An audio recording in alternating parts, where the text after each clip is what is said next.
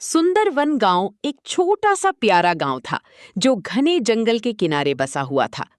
इस गांव में एक छोटी सी झोपड़ी में अर्जुन और मीरा अपने बूढ़े पिताजी के साथ रहते थे। उनकी माँ उन्हें छोड़कर स्वर्ग जा चुकी थी जब मीरा बहुत छोटी थी। पिताजी बीमार रहने लगे थे और अब बेड पर ही लेटे रहते थे। अर्जुन और मीरा गांव में छोटे मोटे काम करके अपना गुजारा चलाते थे। मीरा, उठ जा बहन, सुबह हो गई है। मुझे जंगल से लकड़ियां लाने जाना है। भैया बस 5 मिनट और, बहुत नींद आ रही है। अर्जुन मुस्कुराया और अपनी बहन के सर पर हाथ फेरा। वो जानता था कि मीरा रात भर पिताजी की सेवा करती रहती है, इसलिए वो उसे ज्यादा परेशान नहीं करता था। अर्जुन जंगल की तरफ चल पड़ा।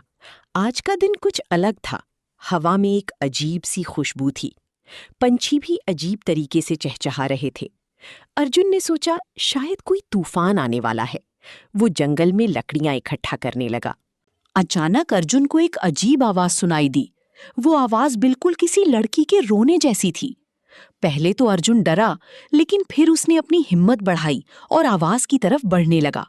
जैसे जैसे वो आगे बढ़ रहा था, आवाज और तेज होती जा रही थी। कौन है वहां? क्या कोई मदद चाहिए? तभी एक बड़ी सी चट्टान के पीछे से एक औरत का साया दिखा। अर्जुन ने जब ध्यान से देखा तो वो एक सुंदर राजकुमारी थी जो फटी हुई ड्रेस में थी और रो रही थी। बचाओ, कोई तो बचाओ मुझे। मैं यहाँ कैसे आई? मुझे कुछ याद नहीं। राजकुमारी, आप यहाँ जंगल में कैसे? आप ठीक तो हैं? चोट तो नहीं लगी? अर्जुन जल्दी से पास गया। राजकुमारी तारा बहुत कमजोर लग रही थी। उसके कपड़े फटे हुए थे और चेहरे पर डर साफ दिख रहा था। पानी, मुझे पानी चाहिए, बहुत प्यास लगी है। अर्जुन ने जल्दी से अपनी पानी की बोतल निकाली और राजकुमारी को पिलाई। तारा ने पानी पिया और थोड़ा शांत हुई। राजकुमारी, आपको हुआ क्या है? आप अपना नाम याद है? आप कहाँ से आई हैं? मैं राजकुमारी तारा हूँ, राजा उदयभान की बेटी। लेकिन मुझे कुछ याद नहीं आ रहा। मैं यहाँ कैसे आई? बस मुझे एक बुरी आत्मा याद आ रही है, एक तांत्रिक। ये सुनकर अर्जुन के रोंगटे खड़े हो गए। उसने गांव में सुना था कि पास के चंद्रपुर राज्य की राजकुमारी 3 महीने पहले गायब हो गई थी। पूरे राज्य में उसकी खोज हो रही थी, लेकिन कोई पता नहीं चल सका था। अर्जुन राजकुमारी तारा को अपनी झोपड़ी में ले आया। मीरा ने जब उन्हें देखा तो वो बिल्कुल शॉक्ड रह गई। भैया, ये तो राजकुमारी तारा है, वो जो 3 महीने से गायब है। इन्हें आपको कहाँ मिली? जंगल में। इनका हाल बहुत खराब है मीरा। इन्हें खाना और आराम चाहिए। जल्दी से कुछ बनाओ। मीरा ने जल्दी से राजकुमारी के लिए खाना बनाया। तारा ने भूख से खाना खाया। फिर वो थोड़ी थकी हुई लग रही थी। तुम दोनों ने मेरी इतनी मदद की, तुम्हारा धन्यवाद। लेकिन मुझे डर लग रहा है। वो तांत्रिक, वो फिर से आ सकता है मुझे ढूंढने। राजकुमारी, आप फिक्र मत करिए, हम आपकी रक्षा करेंगे। लेकिन बताइए ना, वो तांत्रिक कौन है और उसने आपके साथ क्या किया? राजकुमारी तारा की आंखों में आंसू आ गए। वो कांपने लगी।